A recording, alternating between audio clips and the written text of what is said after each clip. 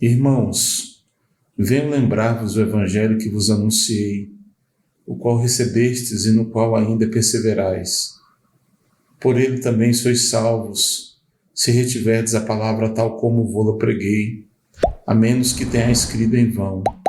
Antes de tudo vos entreguei o que também recebi, que Cristo morreu pelos nossos pecados, segundo as Escrituras, e que foi sepultado e ressuscitou ao terceiro dia, segundo as Escrituras. E apareceu a Cefas e depois aos 12. Depois foi visto por mais de 500 irmãos de uma só vez, dos quais a maioria sobrevive até agora, porém alguns já dormem.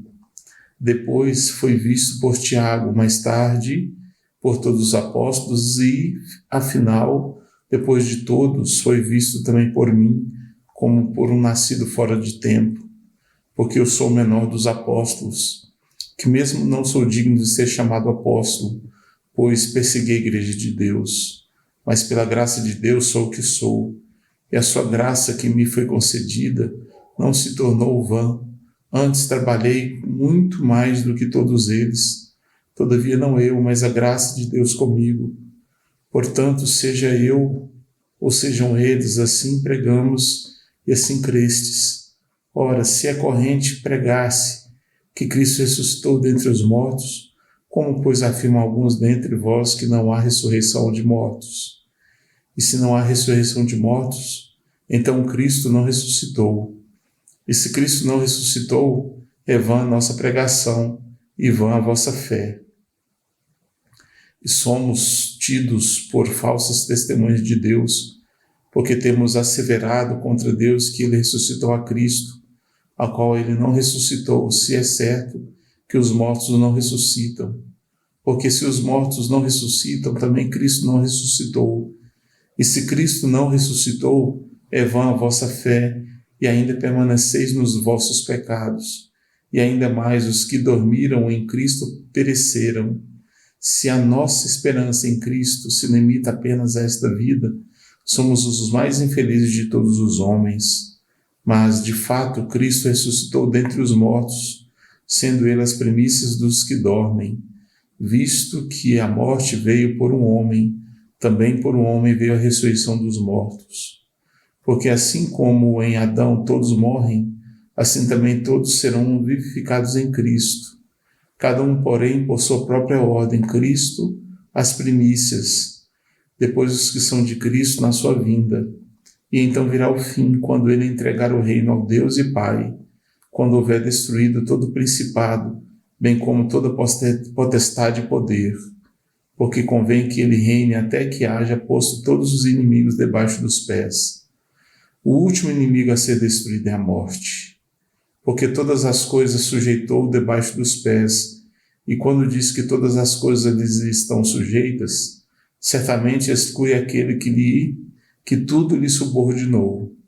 Quando, porém, todas as coisas lhe estiverem sujeitas, então o próprio Filho também se sujeitará àquele que todas as coisas lhe sujeitou, para que Deus seja tudo em todos.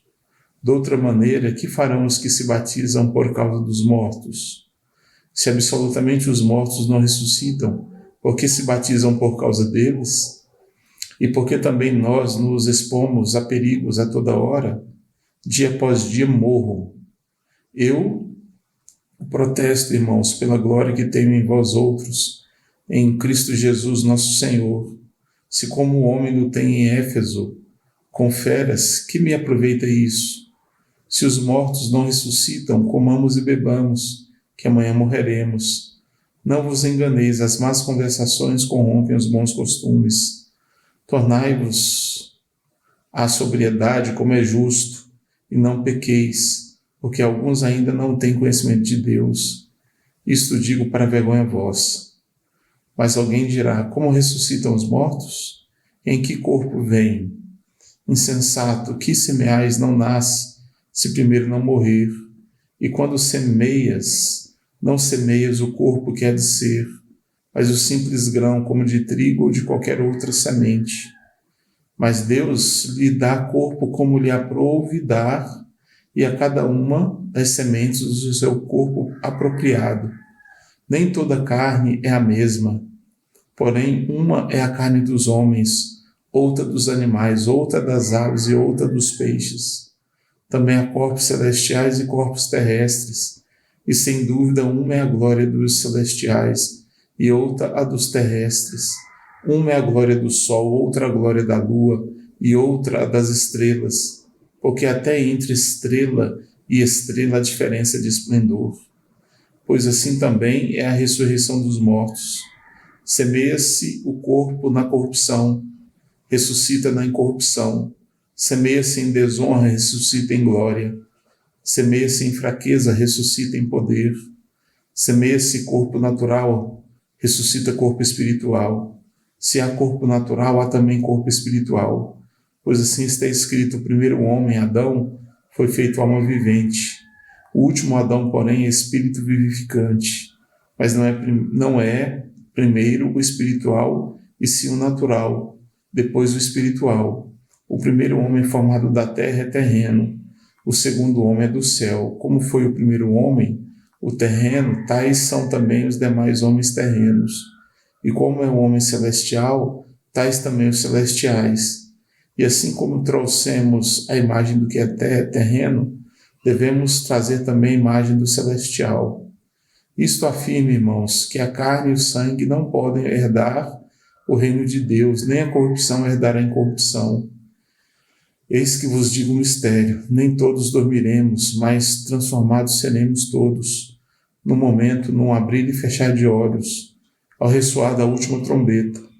A trombeta soará, os mortos ressuscitarão incorruptíveis, e nós seremos transformados, porque é necessário que este corpo corruptível se revista da incorruptibilidade, e que o corpo mortal se revista da imortalidade. E quando este corpo corruptível se revestir de incorruptibilidade, e o que é mortal se revestir de imortalidade, então se cumprirá a palavra que está escrita: tragada foi a morte pela vitória. Onde está a morte, a tua vitória? Onde está a morte, o teu aguilhão? O aguilhão da morte é o pecado, e a força do pecado é a lei. Graças a Deus que nos dá a vitória por intermédio de nosso Senhor Jesus Cristo.